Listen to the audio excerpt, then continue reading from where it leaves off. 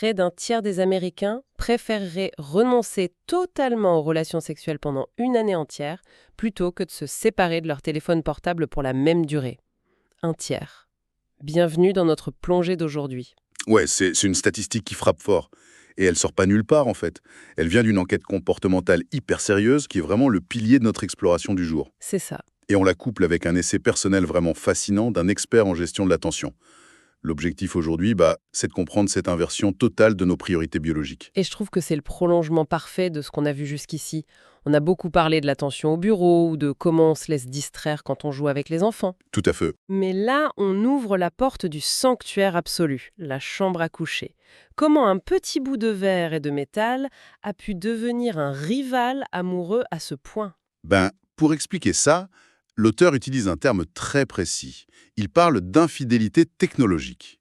Il ouvre d'ailleurs le texte en se montrant super vulnérable là-dessus. Ouais, j'ai vu ça. Mais attends, infidélité technologique, c'est pas un peu fort comme terme, hein? Tu trouves? Enfin, on parle de répondre à un SMS ou de lire un article. C'est pas comme entretenir une double vie secrète. C'est pas un peu dramatique? C'est une super question, et c'est justement là que la psychologie devient intéressante. L'infidélité, à la base, c'est détourner une ressource exclusive qui est due à notre partenaire. D'accord. Et cette ressource, c'est pas juste le corps, c'est l'attention indivisible. Quand on est au lit avec quelqu'un, ce moment est implicitement réservé à la connexion. Ouais, qu'elle soit sexuelle, émotionnelle ou juste pour discuter de sa journée, quoi. Exactement. Et en introduisant un écran, on retire notre présence cognitive pour l'offrir à un tiers invisible.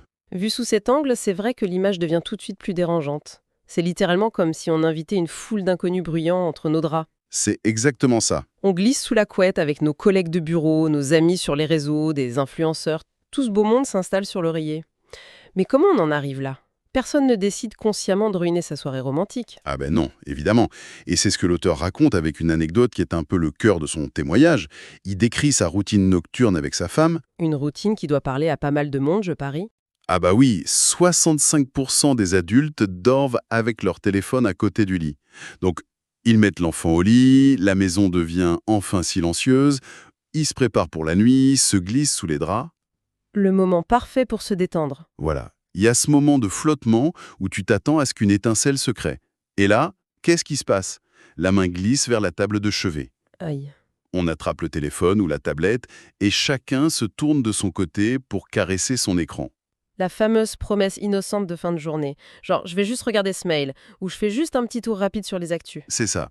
Et c'est là que la neurologie nous rattrape. Ce « juste un mail » déclenche un mécanisme de récompense variable dans notre cerveau. Ah oui, les petites doses de dopamine. Exactement.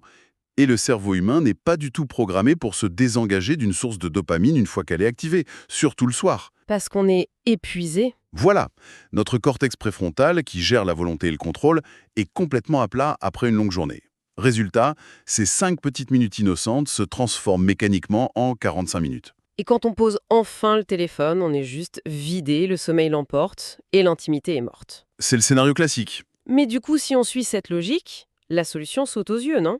Si le téléphone est un parasite de la dopamine qui profite de notre fatigue, la méthode forte devrait marcher. C'est-à-dire, Tu prends le téléphone, tu le laisses dans le salon, tu fermes la porte de la chambre, loin des yeux, loin du cerveau. Problème résolu. c'est marrant que tu dises ça, parce que c'est exactement l'hypothèse de l'auteur.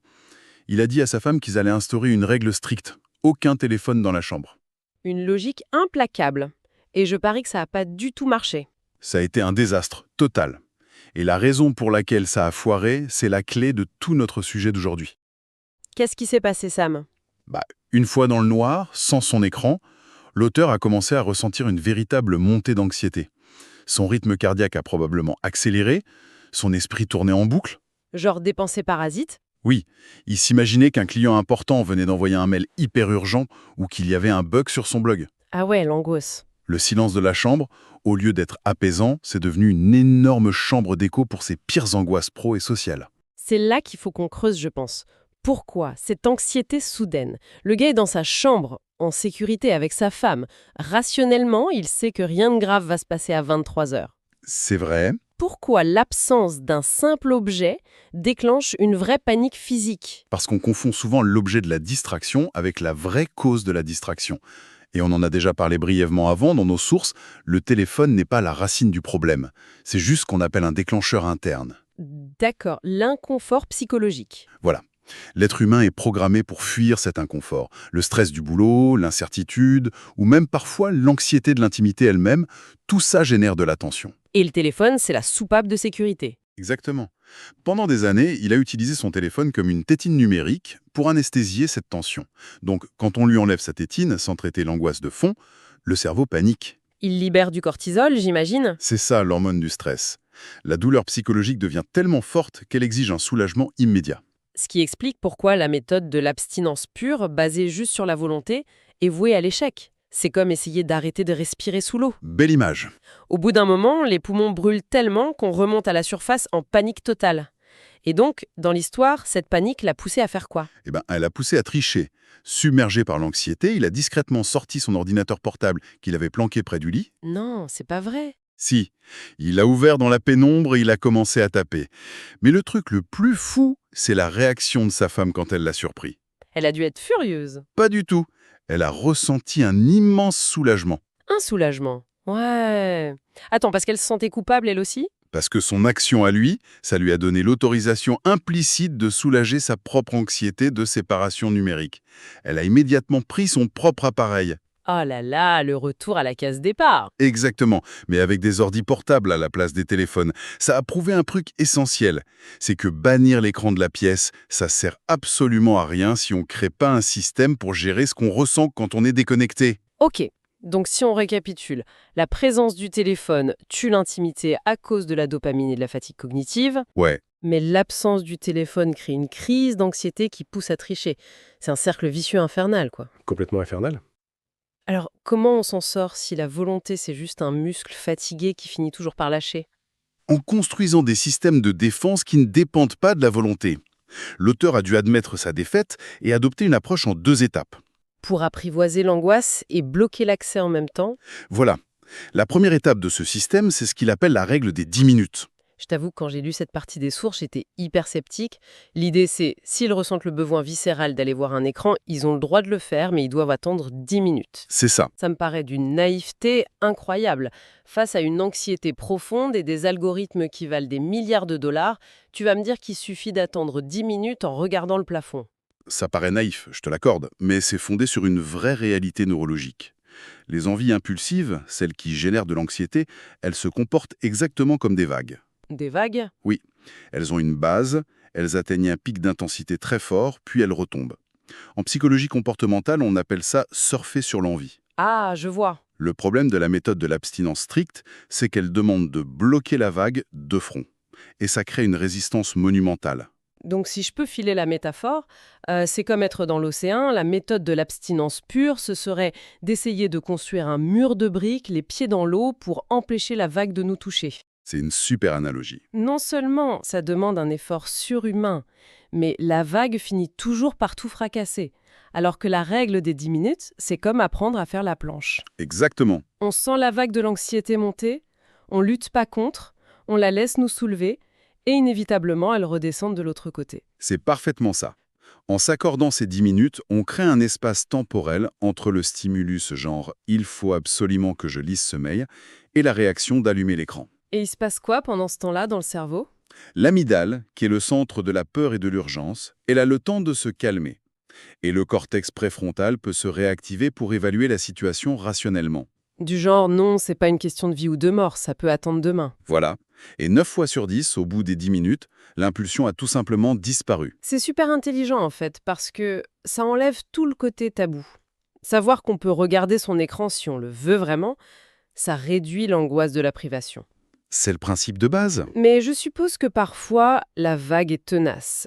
Parfois, même après 10 minutes, le cerveau te trouve une excellente excuse pour dire « Si, cet email est vital ». Bien sûr, Il fallait bien un filet de sécurité supplémentaire. absolument.